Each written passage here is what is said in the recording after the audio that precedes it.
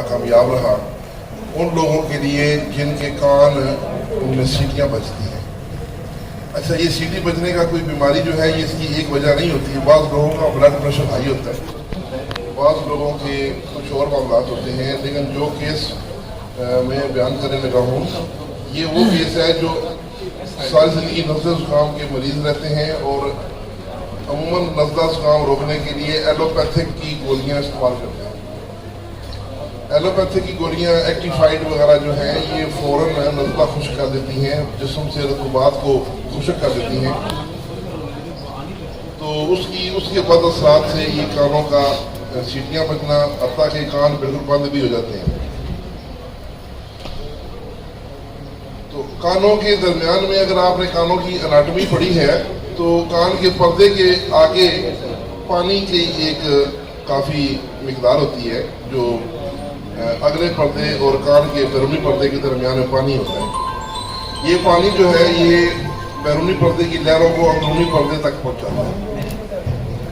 جب یہ جسم میں خشکی ہو جاتی ہے، خصوصاً ایکٹیفائڈ یا نزلے کی جو گولیاں استعمال ہوتی ہیں ایلوپیتھک، تو اس کی وجہ سے اس پانی کی مقدار بھی کانوں کے اندر کم ہو جاتی ہے، جس کی وجہ سے کانوں کے پردے جو ہیں وہ شارٹ ہو جاتے ہیں اور کانوں میں مسلسل سیٹی کی یا شاں شاں کی آوازیں آتی ہیں، اور بعض لوگوں کی سماعت بہت زیادہ کمزور ہو کے متاثر ہو جاتی ہے۔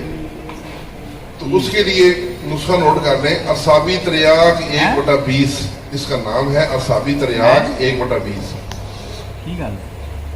اس میں آپ نے 10 تولہ لینا ہے پھٹڑی سفید، 10 تولہ سہاگا سفید اور 1 تولہ آپ نے لینا ہے شیر مدار۔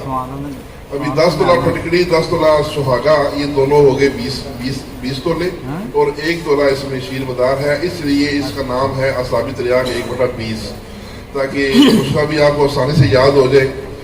تو اس کی نسخے کے آپ نے مقدار خوراک 500 ملی گرام سے لے کے 1 گرام تک ہے، عمر کے اور وزن کے مطابق مقدار کم و بیش کریں، اور دن میں 2 سے 3 دفعہ مسلسل استعمال کروائیں۔ انشاءاللہ کانوں کے اندر جو خشکی کی وجہ سے سیٹیاں بجنی یا شاں شاں کی آوازیں آنا یا بہرا پن ہو جانا، اس کے لیے نہایت کارآمد نسخہ ہے۔ اس سے جسم میں رطوبات پیدا ہوتی ہیں اور کانوں کے پردوں کے درمیان جو پانی کی جو لیکوڈ ہوتا ہے اس کی مقدار پوری ہو جاتی ہے اور مریض جو ہے وہ بالکل اس کو جلدی سے ریلیف ہو جاتا ہے۔ تو یہ نسخہ بڑا اہم ہے، یہ ضرور اپنے پاس نوٹ کریں۔ اکثر ایسے مریضوں کو ایلوپیتھی میں کان کا آپریشن بھی کیا جاتا ہے، تو اس کے علاوہ میڈیکیشن سے تو اس کا ٹریٹمنٹ ہے ہی نہیں، ایلوپیتھک میں اس مرض کا علاج ہی نہیں ہے۔ جی، نسخے کے ساتھ سہاگا اور پھٹکڑی 10 تولہ، ان دونوں کو کوٹ لیں اور اس میں 1 تولہ شیر مدار ملا لیں اور خوب اس کو مکس کر کے اس کو خشک کر لیں۔ جب خشک ہو جائے اسی کیپسول باندھ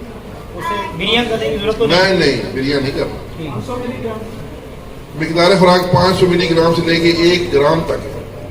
یہی نسخہ جو ہے جو دماغی خشکی کے سبب مرگی کے مریض ہوتے ہیں ان کے لیے بھی بہت اچھا ہے، خاص طور پر جو نوجوانوں کو مرگی کے دورے پڑتے ہیں۔